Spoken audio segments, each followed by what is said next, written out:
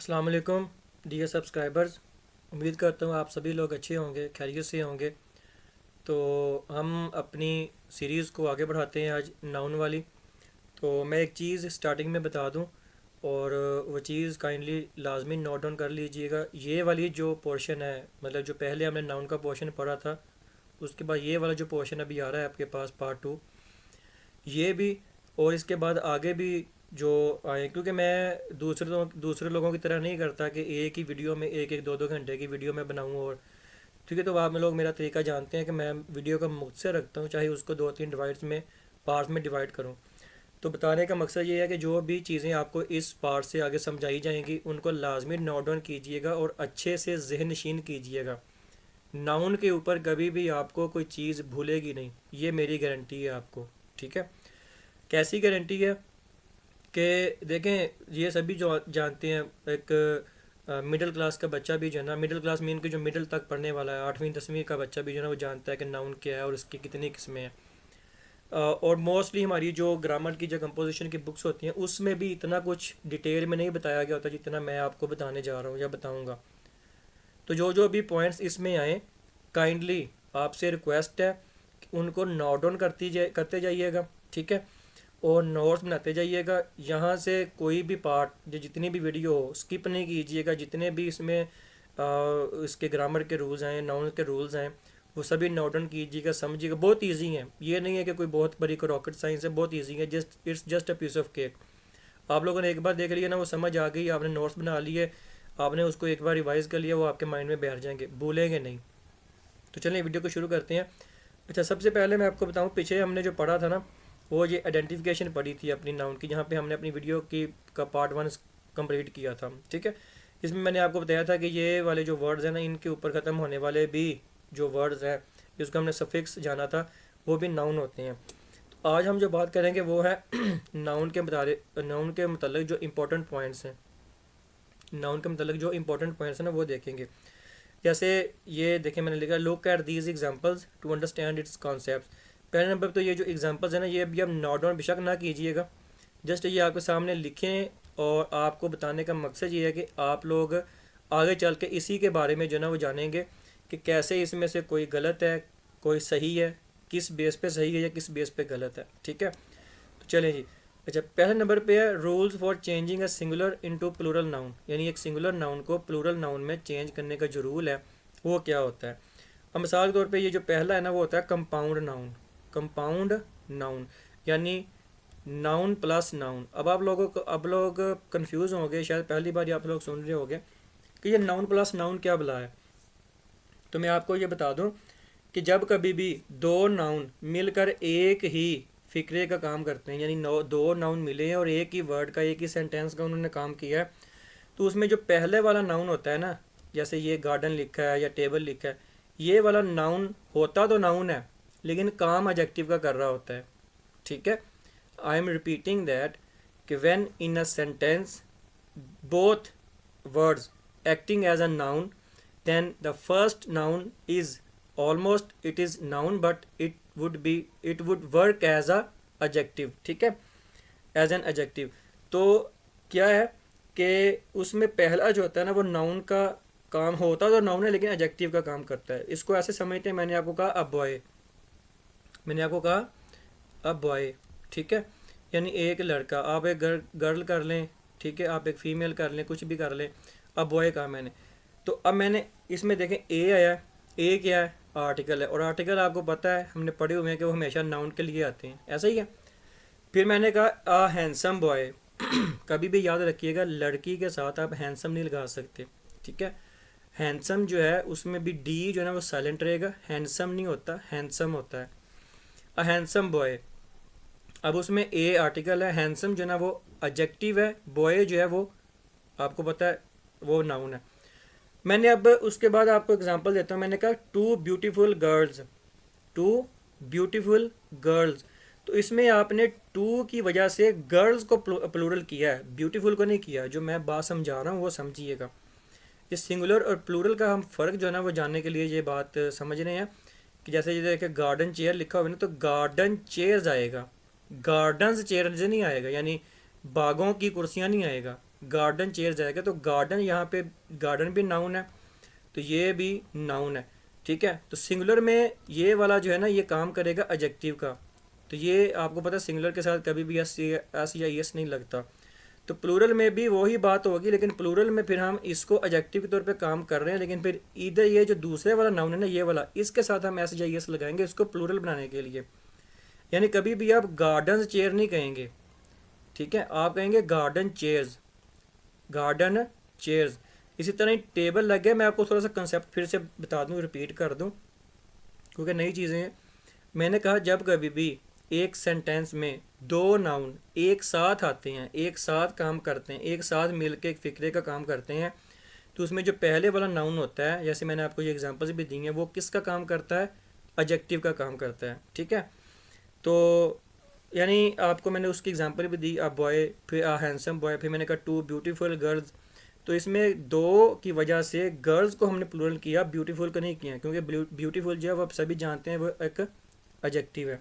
ठीक है, तो बात यही है, एडजेक्टिव में कभी भी एस या एस नहीं लगता। आप ऐसे नहीं कहोगे ब्यूटीफुल्स गर्ल्स, ठीक है, हैंडसम्स बॉयज़, ऐसे नहीं बोलोगे। आप बॉयज़ को प्लूरल करोगे, हैंडसम को या ब्यूटीफुल को आप सिंगुलर ही रखोगे, वो एडजेक्टिव रहेगा। ठीक है, हालांकि वो नाउन का भी काम कर रहा होगा, लेकिन वो रहेगा सिंगुलर ही। तो यही चीज़ मैं आपको यहाँ पे समझाना चाह रहा हूँ। गार्डन चेयर है तो गार्डन चेयर्स होगा प्लूरल उसका, गार्डन्स चेयर्स नहीं होगा। ठीक है, आई होप सो ये वाली मेरी बात आपको समझ आ गई होगी कि यानी जब कभी भी दो नाउन मिलकर एक कंपाउंड बनाते हैं, ये इसलिए इसको कंपाउंड नाउन कहा गया, यानी दो नाउन मिलकर जब एक कंपाउंड बनाते हैं, यानी मिलकर एक काम करते हैं, तो पहले वाला नाउन जो होता है ना वो होता तो नाउन है लेकिन काम एडजेक्टिव का करता है। ठीक है, जैसे ये गार्डन चेयर्स है, तो इसमें इसके प्लूरल में हमने चेयर्स के साथ एस या एस लगाना है, गार्डन के साथ नहीं लगाना। जैसे दूसरा देखें, टेबल लेग है। ठीक है, टेबल लेग, यानी एक सिंगुलर के लिए तो ठीक है, ये टेबल लेग पता चल गया। ठीक है, लेकिन जब हमने इसको प्लूरल बनाना है तो टेबल्स को प्लूरल नहीं करना, लेग्स को प्लूरल करना है, टेबल लेग्स, टेबल लेग्स। ठीक है, इस तरह घोस्ट स्टोरी, घोस्ट भी नाउन है, स्टोरी भी नाउन है।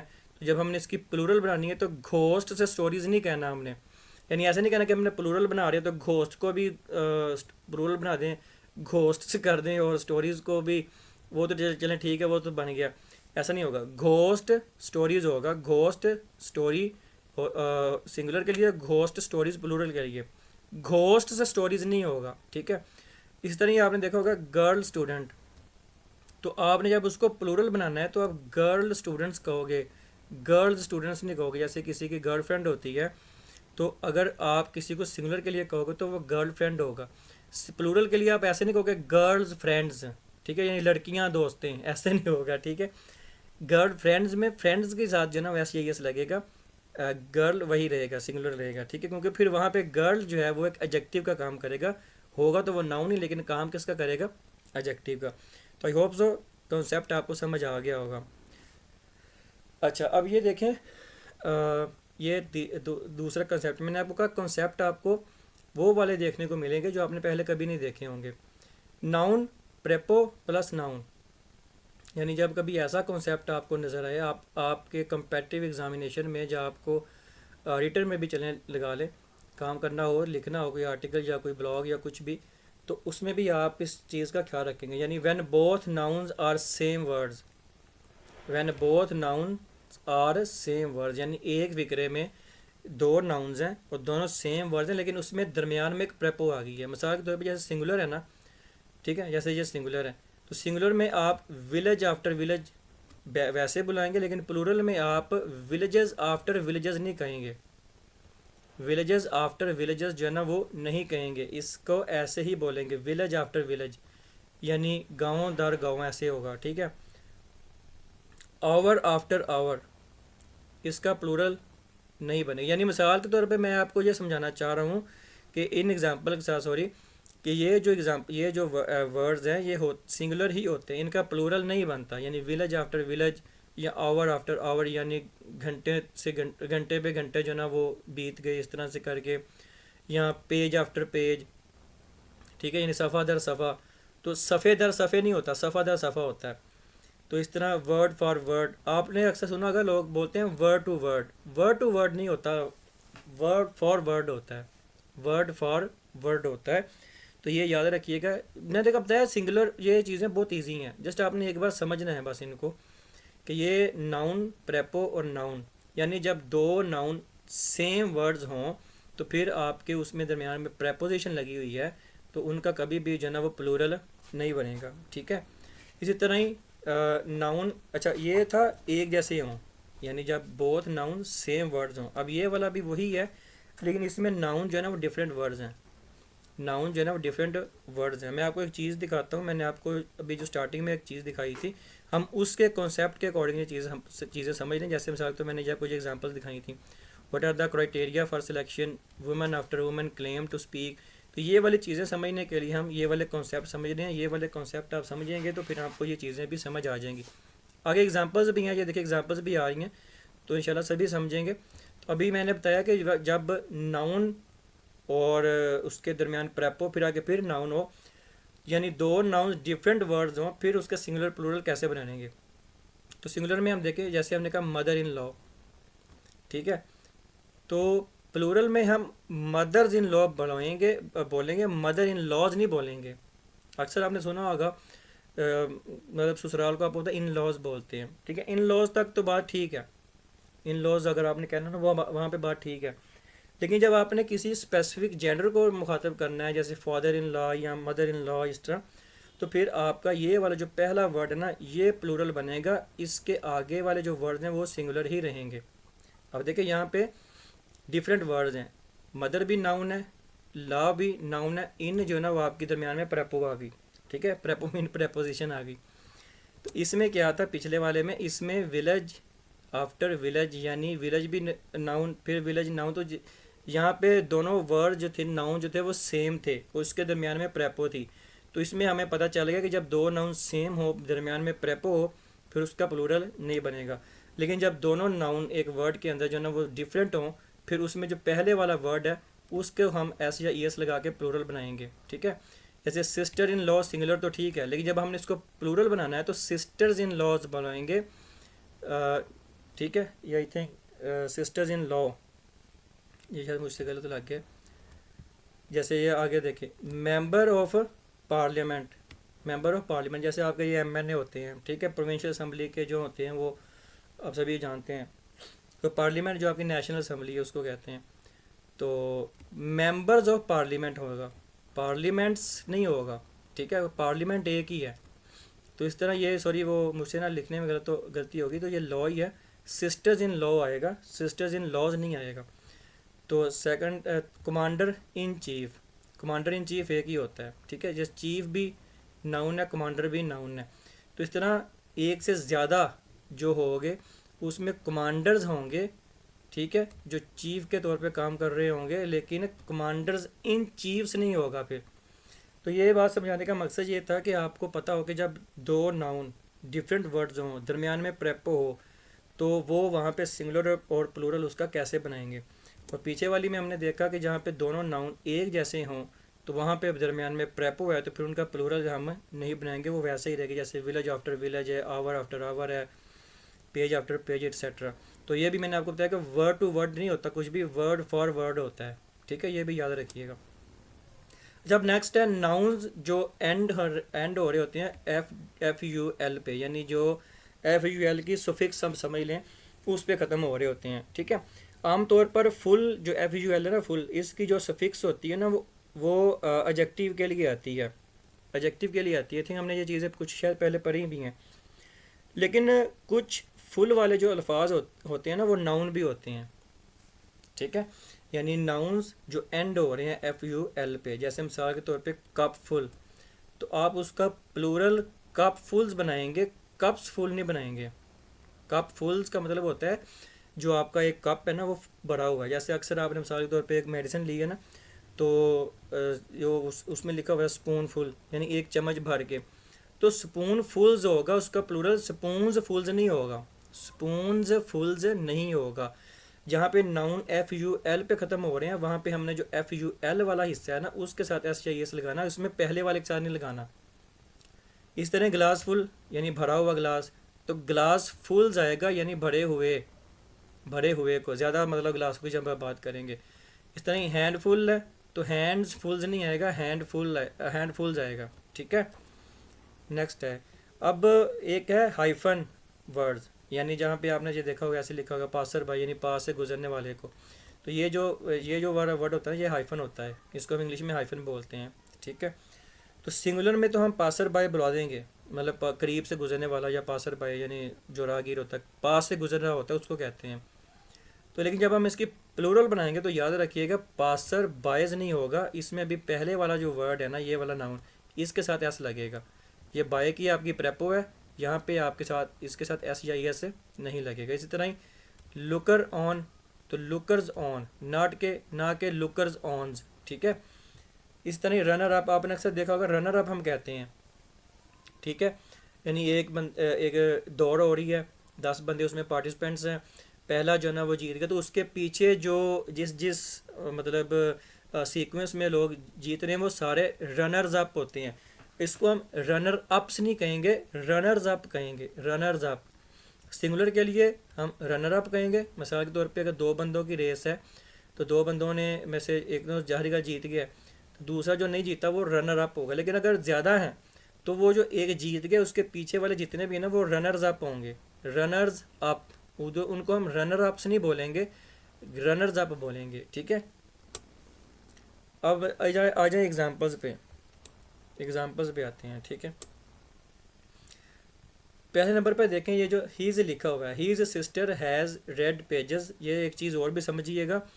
यहाँ पे आप हैज़ या हैव लगा हुआ देखें, उसके बाद आपको ये वाला वर्ड नज़र आए जिसको हम रीड पढ़ते हैं। तो वैसे तो हम इसको रीड ही पढ़ते हैं, लेकिन यहाँ पे हम इसको प्रेजेंट परफेक्ट के साथ देखेंगे ना, या प्रेजेंट परफेक्ट कंटिन्यूस के साथ देखेंगे, तो वहाँ पे हम इसको रीड नहीं बोलेंगे, रेड जैसी आवाज़ देंगे। His sister has read pages after pages of the book. अभी मुझे बताएं आप कि ये जो पेजेस आफ्टर पेजेस है ये ठीक है? हमने पीछे अभी ये कॉन्सेप्ट पढ़ा है, पेजेस आफ्टर पेजेस जो है ना वो ठीक है या गलत है, ये मुझे अब आपने बताना है, ठीक है। जैसे मिसाल के तौर पर जब पीछे आ जाए, ये देखें, यही था ना, नाउन, एक वर्ड में 2 नाउन हैं, सेम वर्ड्स हैं, ठीक है, और उसके दरम्यान में प्रेपो है, तो फिर क्या होगा कि पेज आफ्टर पेज का कभी भी प्लूरल नहीं होता। तो फिर क्या करेंगे हम, फिर हम इसको करेंगे कि ये वाला गलत है, पेजेस आफ्टर पेजेस नहीं होगा। His sister has read page after page of the book, यानी उसकी सिस्टर ने, उसकी बहन ने किताब का हर एक पन्ना इसको कहते हैं, ठीक है, आई थिंक हिंदी में कहते हैं शायद, और मतलब सफ़ा जो है, ठीक है, यानी इसकी पूरी किताब का सफ़ा दर सफ़ा जो ना वो खंगाल लिया, पढ़ लिया। अच्छा, नेक्स्ट है speaker after speaker came on the stage to perform. अब मुझे बताएं कि ये ठीक है, speaker after speaker came on the stage, ये आपके लिए अब छोड़ रहा हूँ मैं, ठीक है। आपने मुझे बताना है कि ये वाला ठीक है, स्पीकर आफ्टर स्पीकर, या इसमें भी स्पीकर्स आफ्टर स्पीकर्स लगेगा, मुझे बताना है आपने। ये मैं आपको बता दूँ, ये देखो, स्पीकर आफ्टर स्पीकर, कॉन्सेप्ट जहन में रखना है। हमने पढ़ा था जहाँ पे एक वर्ड में 2 नाउन सेम वर्ड्स हों, दरमियान में प्रेपो हो, तो उसका कभी भी प्लूरल नहीं बनता। तो इसके मीन कि ये स्पीकर आफ्टर स्पीकर ठीक है ना। इस तरह ये देखो वुमेन आफ्टर वुमेन, ये वाली बात आ गई जो मैंने आपको स्टार्टिंग में समझाने के लिए बताई थी। यहाँ पे ये देखें, वुमेन आफ्टर वुमेन, अब ये ऐसे आएगा, वुमेन आफ्टर वुमेन आएगा, क्योंकि दोनों वर्ड सेम है, वुमेन आफ्टर वुमेन, और दरमियान में प्रेपो है, तो हमें पता है कि इनकी कभी भी प्लूरल नहीं बनती। तो जो नया कॉन्सेप्ट मैं आपको बताने लगा हूँ, ये एक वुमेन के लिए ऐसे बोलते हैं हम, WOMAN जो होती है ना, यहाँ पे ख़त्म हो रही है, वो एक वुमेन के लिए होती है, एक औरत के लिए होती है। लेकिन यहाँ पे जो लिखा हुआ है, कहाँ गया, हाँ ये देखें, तो ये वीमेन लिखा हुआ है, इसको हमने वुमेन नहीं बोलना, वीमेन बोलना है, वीमेन आफ्टर वीमेन, तो ये प्लूरल के लिए आता है, वीमेन, WOMAN, जो पीछे हमने देखा वो सिंगुलर के लिए और ये प्लूरल के लिए। तो आई होप सो ये भी आपको समझ आ गया होगा, ठीक है, कि इसको हम क्या करेंगे, वुमन आफ्टर वुमन करेंगे, वीमेन आफ्टर वीमेन नहीं करेंगे, क्योंकि दोनों वर्ड्स हैं और दोनों वर्ड सेम है, नाउन्स हैं, और इसके दरमियान में प्रेपो है, तो उसका प्रेपोजिशन वो तो प्लूरल जो है वो नहीं बनेगा, तो वेमेन प्लूरल में आ रहा है। नेक्स्ट देखें, all his sister in laws. अब मुझे बताएं यहाँ पे गलती है, यहाँ पे गलती है ना, कौन सी गलती है? ये मैं आपके लिए छोड़ सकता हूँ कमेंट सेक्शन में बताने के लिए, बताओगे? All his sister in laws have been invited to the party, ठीक है। अच्छा, मुझे बताएं कि इसमें क्या गलती है, all his sister in laws या sisters in laws, sorry sisters in law. तो ये सिस्टर्स इन लॉ आ गया, अभी हम पीछे पढ़ के आए हैं। कैसे? हमने पढ़ा था जब दो नाउन एक ही वर्ड में डिफरेंट वर्ड्स हों और दरमियान में प्रेपो हो, तो उसका जो पहला वाला जो वर्ड होता है ना, ये वाला, इसके साथ इसको हम प्लूरल बनाएंगे, इसका प्लूरल बनता है, और प्लूरल आपको पता है एस या एस के साथ बनता है। तो ये all is sisters in law, ये एस खत्म हो जाएगा, ठीक है, क्योंकि sisters in law already plural में है तो हैव ही आएगा, आपको पता है प्लूरल के लिए आता है। अच्छा, नेक्स्ट है, what is the criteria for selection. एक चीज़ मैं आपको बता दूं, ये जो क्राइटेरिया है ना, ये प्लूरल के लिए आता है, जो सिंगुलर के लिए होता है ना वो क्राइटेरियन होता है, CRITERION होता है क्राइटेरियन। क्राइटेरियन जो है ना वो सिंगुलर के लिए आता है, तो क्राइटेरिया जो है ना प्लूरल के लिए आता है। तो अब जब हमें पता चल गया कि ये क्राइटेरिया जो है वो प्लूरल के लिए है, तो हम इधर इसको इज़ हटा के आर लगाएंगे। What are the criteria of are selection, what are the criteria for selection. एक तो या आप ऐसे कर सकते हैं, या अगर इज़ ही लगाना, आपको पता है इज़ जो है ना वो सिंगुलर के लिए आता है, सिंगुलर सब्जेक्ट के लिए। तो व्हाट इज़ आपको सिंगुलर के लिए आया, तो फिर हम इधर इसको क्राइटेरिया को हटा के क्राइटेरियन लिख देंगे। What is the criterion for selection, अगर क्योंकि क्राइटेरिया प्लूरल में है तो प्लूरल के हिसाब से फिर हम इधर उसको आर लगाएंगे। What are the criteria for selection, not what is the criteria for selection. ये हम लिखने में बहुत बड़ी गलतियाँ करते हैं। नेक्स्ट है, an earthquake is a natural phenomena and it is very difficult to control over it. ये जो वर्ड है ना फिनोमिना, ये भी प्लूरल है। फिनोमिनन जो होता है ना, FPH जो है ना, ये F जैसी साउंड देगा, समझिएगा बात को। फिज़िक्स आपने बुक पढ़ी होगी ना, फिज़िक्स वो कहाँ से शुरू होती है, PHYSICS फिज़िक्स होती है। तो PH फा की आवाज़ देता है, F जैसी साउंड देता है, इंग्लिश का जो अल्फ़ाबेट है ना F उस जैसी साउंड देता है, ऐसे ही है। तो इसी तरह ये फिनोमिना है। फिनोमिना जो है ये सिंगुलर के लिए नहीं होता, ये प्लूरल होता है वर्ड। जो फिनोमिनन होता है ना वो सिंगुलर होता है। तो अब मुझे बताएं कि N earthquake is a natural phenomena, या इसमें गलती आ रही है या इस वाले में है, and it is very difficult to control over it, ठीक है। तो इधर मतलब कि ये अगर इज़ लगा हुआ है तो अब अर्थक्वेक तो ऑलरेडी सिंगुलर है, अर्थक्वेक के साथ हम आर नहीं लगा सकते ना, तो इसको हम क्या करेंगे, इधर फिनोमिनन करेंगे। N earthquake is a natural phenomenon and it is very difficult. मैं आपको स्पेलिंग्स बता देता हूँ। फिनोमिना जहाँ तक लिखा हुआ है ना, PHENOM, फिनोम, ठीक है ना। तो आगे जो ई है ना और एन है, इसके बाद जो ए है, इसको ए को हटा के हम ON लगाएंगे। फिनोमिनन, फिनोमिनन सिंगुलर के लिए होता है, फिनोमिना प्लूरल के लिए होता है, जैसे मैंने आपको ये वाला बताया था क्राइटेरिया वाला, ठीक है। तो क्योंकि व्हाट जो है ना ये ऐसा वर्ड है जिसके साथ आप इज़ भी लगा सकते हो, आर भी लगा सकते हो, ठीक है, ये इस तरह से होता है। तो इसलिए अर्थ को एक सिंगुलर है, ये ऑलरेडी सब्जेक्ट के तौर पे काम कर रहा है, सिंगुलर सब्जेक्ट के तौर पे काम कर रहा है, तो इसके साथ जो हेल्पिंग वर्ब लगी है वो इज़ ही लगी है। तो इज़ के अकॉर्डिंग फिर हम इसको चेंज करेंगे फिनोमिना से फिनोमिनन में। समझ आ गई मेरी बात? ये कुछ एग्जाम्पल के साथ भी आपको समझाने का मकसद यही था कि आप लोग इसके कॉन्सेप्ट जो है ना वो समझ लो। नाउन्स, नेक्स्ट है हमारा nouns which have one meaning in singular but another meaning in plural.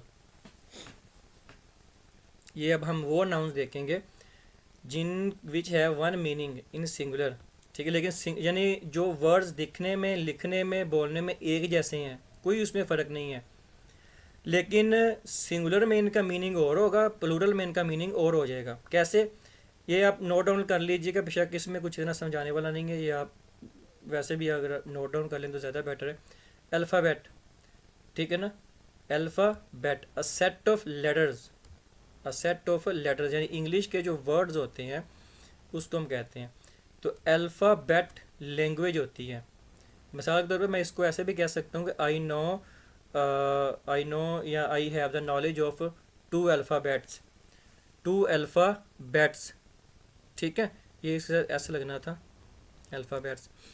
तो यानी मैं 2 से ज़्यादा ज़ुबानों या 2 ज़ुबानों का इल्म रखता हूँ।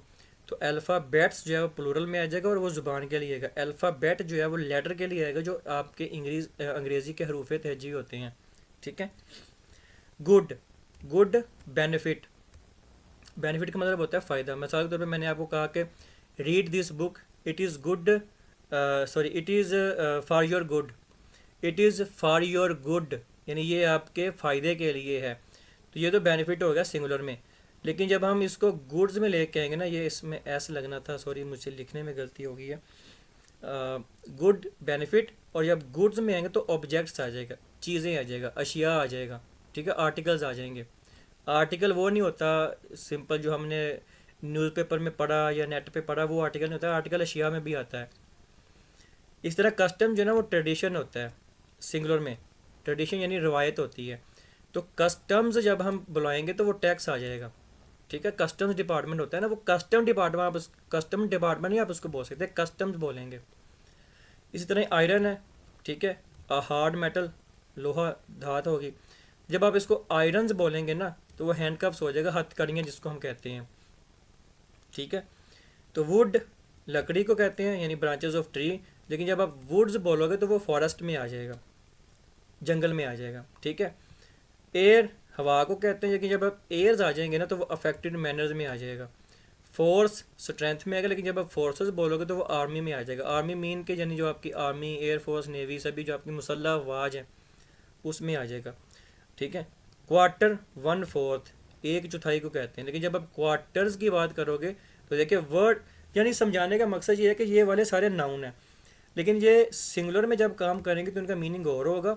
लेकिन जैसे ही ये प्लूरल में आ जाएंगे इनका मीनिंग चेंज हो जाएगा। लिखने में ये वैसे ही रहेंगे लेकिन मीनिंग चेंज हो जाएगा। समझ आ रही मेरी बात। इसी तरह ही ये वाले वर्ड्स भी, जैसे वर्ड प्रॉमिस, ठीक है, प्रॉमिस मतलब वादा करना। तो इस तरह वर्ड्स, लैंग्वेजेस, ये एक चीज़ है। वर्क बिजनेस यानी काम। लेकिन जब आप वर्क्स की बात करोगे तो वो लिटरेरी वर्क्स होता है। लिटरेरी वर्क्स क्या होता है कि जैसे मिसाल के तौर पे आप शेक्सपियर की बात ले लो, या कोई ऑथर है, ठीक है, ऑथर मीन का यानी जो किसी कोई नावल का राइटर है, ड्रामा का राइटर है, पोइट है, जो भी है, तो उसने अपनी जो भी बुक्स लिखी हैं, जो भी काम किया हुआ है ना, वो लिटरेरी वर्क्स होते हैं। इस तरह रिगार्ड सिंगुलर में रिस्पेक्ट में आएगा, इज़्ज़त में आएगा, एहतराम में। लेकिन जब आप प्लूरल में लेके आओगे रिगार्ड्स, अक्सर आपने देखा होगा मैसेजेस के आगे या कहीं लेटर्स के आगे रिगार्ड्स लिखा होता है। तो वो रिगार्ड्स अगर लिखा है तो वो वेल विशेस के लिए लिखा होता है, ठीक है। चले मैं ज़रा ना ये अजान हो रही है, ज़रा वो हो जाए फिर अगली बात। अच्छा चलें इसको ना एग्जांपल के साथ समझते हैं। मिसाल के तौर पर पहले example I, a student of English literature. English literature का मैंने इसलिए नाम लिया क्योंकि मैं खुद भी इंग्लिश लिटरेचर का स्टूडेंट हूँ, ठीक है। I did my masters in English literature from Punjab university. Must read all the work या वर्क्स ऑफ शेक्सपियर। अब मुझे बताएं, आपके सामने लिखा हुआ है वर्क भी और वर्क्स भी, दोनों के दरमियान डिफरेंस भी मैंने आपको बता दिया है। तो अब मुझे आप बताएं कि इसमें वर्क आएगा या वर्क्स आएगा। तो डेफिनेटली इसमें वर्क्स आएगा, वर्क कभी भी नहीं आएगा, ठीक है। नेक्स्ट है, you should always be true to your word या वर्ड्स। यानी अगर तुमने ज़िंदगी में कामयाब होना तो तुम्हें अपने वादों की पासदारी करनी होगी, अपनी बातों का लाज रखना, पास रखना आना चाहिए हमेशा। तो वर्ड भी लिखा है, वर्ड्स भी लिखा है। अब मुझे बताया यहाँ पे वर्ड भी है और वर्ड्स भी है। अब यहाँ पे कौन सा आएगा? डेफिनेटली इधर वर्ड आएगा, वर्ड्स नहीं आएगा। वर्ड्स लैंग्वेजेस में आ जाता है, ज़ुबानों में आ जाता है, ठीक है। ये अजान हो रही है, ज़रा मैं फिर से रोकता हूँ। अच्छा जी, आई विल कीप, नेक्स्ट है I will keep my words to help you and your parents by all means. By all means का मतलब होता है हर मुमकिन तरीके से, ठीक है। तो यानी मैं अब यहाँ पे बताना चाह रहा हूँ कि यहाँ पे वर्ड्स लिखा है, यहाँ पे वर्ड और वर्ड दोनों लिखे थे। हमें पता था कि वर्ड अकेले का क्या मतलब है और वर्ड्स का क्या मतलब है। अब इसका आप मुझे बताएं कि ये वाला तो आपने सामने मैंने आपको हल कर दिया। अब इसका क्या आएगा? आई विल कीप माई वर्ड्स आएगा या वर्ड आएगा, ठीक है। तो ये यहाँ पे वीडियो को जो है ना वो मैं कंप्लीट करता हूँ, ये वाली। नेक्स्ट जो है वो फिर नेक्स्ट कैटेगरीज आ जाएंगी हमारी, तो उसमें फिर हम अगली वीडियो में देखेंगे, क्योंकि ऐसे फिर वीडियो लंबी हो जाएगी ज़्यादा। तो उम्मीद करता हूँ ये आज वाली जो हमारी क्लास है ये आपको पसंद आई होगी। पसंद आई है तो हमें लाजमी बताया करें, और जो नए लोग हैं वो चैनल को सब्सक्राइब कर लें। शुक्रिया।